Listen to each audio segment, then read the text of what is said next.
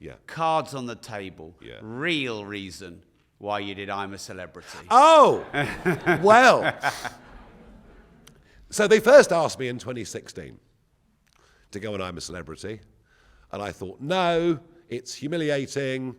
It's for people on the way down in their careers, not on the way up. And you kind of think about it, it's normally sort of slightly has-beeny types that go on to the programme. They've asked me every year since. And every year I've said no. And actually, for me, 2023 was a really good year. Firstly, the debanking thing put me, I think, 38 front pages in the space of 2 weeks. Some great cartoons as well, a few of which I bought. I love cartoons of myself, I really do. The lovely one, bank robber going into Coots with a gun. He said, the only reason I chose this bank is I knew Farage wouldn't be in here, you know. Some lovely stuff. And then, of course, I had my recent career with GB News, because I won the Trick Award, the Television and Radio Industry Award last year, as News Presenter of the Year, which was just such fun. And when I went to collect the award, voted for by the public, not the industry, there was booing in the room from the established industry. And so I took to the stage and thought, you know what? I'm going to really spoil your evening. And I did. So 23 was a good year for me, Rob. And I thought, actually, do you know what? I've got some positive things going on. The divisiveness of Brexit is kind of easing. There's a young audience out there that love this programme, who were like 12 when the referendum happened, who don't know who I am. So number one, reach a young audience. Number two, a lot of those people that don't like me because of what was said in the Brexit debate, but haven't got a clue who I really am as a person. So that, well, let them see who I am. If they want to hate me, that's fine, but they can hate me with good reason or like me. And the third reason was, I noticed a hint of desperation in their voices. They clearly didn't have many very well-known people going into the jungle. It was the first time for 3 years they'd been back to Australia because of COVID and everything else, and they really, really, really wanted me. They really wanted me. And so I thought, well, I'll tell you what we'll do. We'll just ask for a ridiculous number. I fucking love this.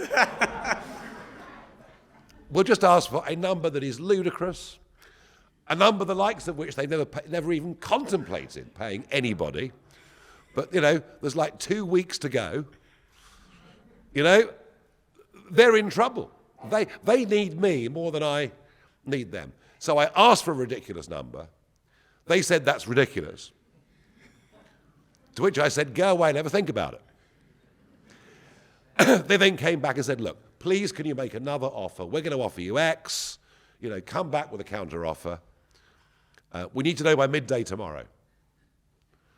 And so I'm sitting there, it's 11 o'clock. 11:15.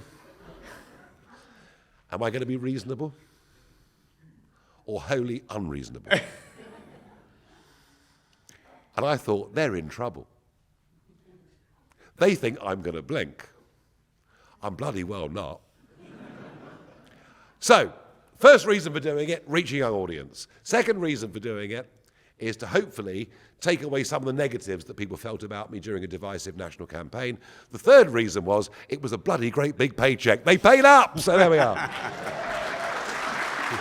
And can I say, I will say this, that programme is genuine. You know, what you see is what you get. There are no one's coming in with pints of beer and pizza. You know, that is it. You are in that camp.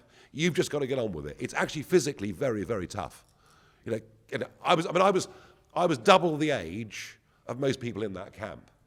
And the sheer physicality of, you know, carrying water and wood, doing all that stuff, sleeping on really uncomfortable beds. I mean, 24 days I was in there.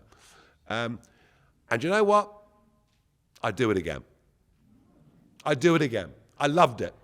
You know, as a teenager, I was in Army Cadets, I was in Scouts. You know, I'm an outdoorsy person anyway. But you know, what an extraordinary thing. For over 3 weeks, not to speak to anybody from the outside world, other than that group of people that you're with. You literally live for the day. You live for the moment. You live for planning the next meal. Is there enough water that's been boiled and clean? So you are literally living like people lived thousands of years ago. You've got no choice but to get on with the people you're with, even if at times, with that Frenchman Fred, it wasn't that easy. And you have no contact with the outside world at all.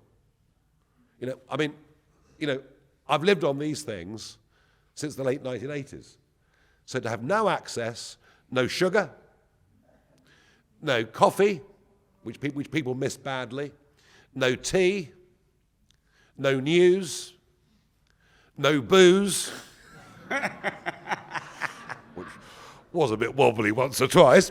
And it's the most perfect detox. I came out, I hadn't lost that much weight.